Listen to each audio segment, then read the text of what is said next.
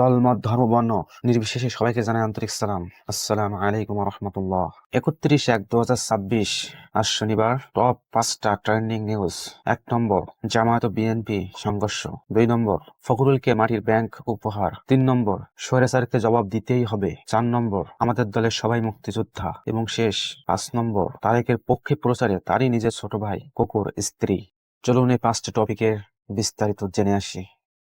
1 নম্বর, BNP ও জামায়াত সংঘর্ষ। কুমিল্লার 14 গ্রামের হাটবাড়ি গ্রামে জামায়াত ও বিএনপির সংঘর্ষে নারীসহ অন্তত 7 জন আহত হয়েছে। দুপুরে উপজেলার জগন্নাথ দিঘিয়া ইউনিয়নের হাটবাড়ি গ্রামে এই সংঘর্ষের ঘটনা ঘটে। পুলিশ ও স্থানীয়রা জানায়, হাটবাড়ি গ্রাম এলাকায় বিএনপি প্রার্থীর উঠান বৈঠক চলছিল। সেখান দিয়ে সমাবেশের শেষে ফেরার সময় জামায়াত নেতাকর্মীরা উস্কানিমূলক বক্তব্য দেয় বলে অভিযোগ বিএনপি নেতাকর্মীদের। এই নিয়ে কথা কাটাকাটির এক পর্যায়ে সংঘর্ষে জড়ায় দুই পক্ষ। এতে উভয় পক্ষে অন্তত 7 জন আহত হয়। সেনাবাহিনী ও পুলিশ ঘটনাস্থলে গিয়ে পরিস্থিতি নিয়ন্ত্রণে আনে। আহতদের উদ্ধার করে হাসপাতালে নিয়ে যান স্থানীয়রা।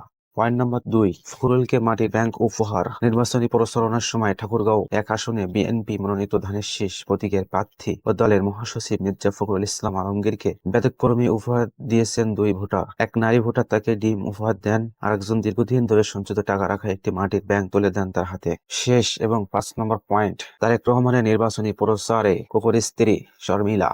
জাতীয় সংসদ নির্বাচনে ঢাকা 17 আসনের বিএনপি প্রার্থী ও দলের চেয়ারম্যান তারেক রহমানের পক্ষে প্রচারে নেমেছেন তার ছোট ভাই আরাফাত রহমানের কোকোর স্ত্রী শহীদা শারমিলা রহমান সিথি। শনিবার 31শে জানুয়ারি বিকালে রাজধানীর শাহজাদপুর সুব্যস্ত নজর ভ্যালি মার্কেটের সামনে থেকে গণসংযোগ ও লিফলেট বিতরণ শুরু করেন তিনি।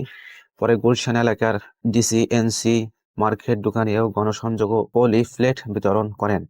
এই ছিল আজকের সংবাদ নিউজ টিভি। 4 নম্বর, আমাদের দলের সবাই মুক্তিযোদ্ধা। সালাউদ্দিন তিনি বলেন একথা। তিনি তার বক্তব্যে বা ভাষণে বলেন, আপনারা নিজেরা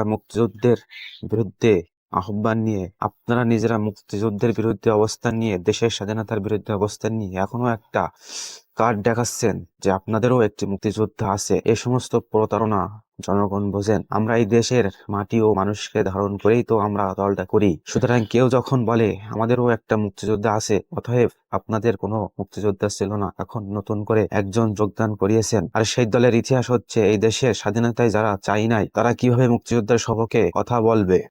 একজন মুক্তিযোদ্ধা উদ্ধার করে হাওলাত করে কি মুক্তিযোদ্ধার দল হওয়া যাবে?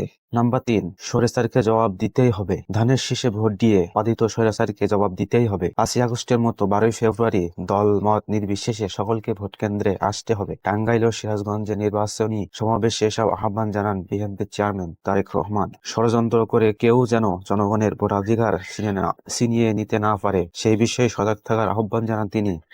বলেন, বিএনপি ছাড়া এই মুহূর্তে দেশ পরিচালনার অভিজ্ঞতা নেই অন্য কোনো রাজনৈতিক দলের।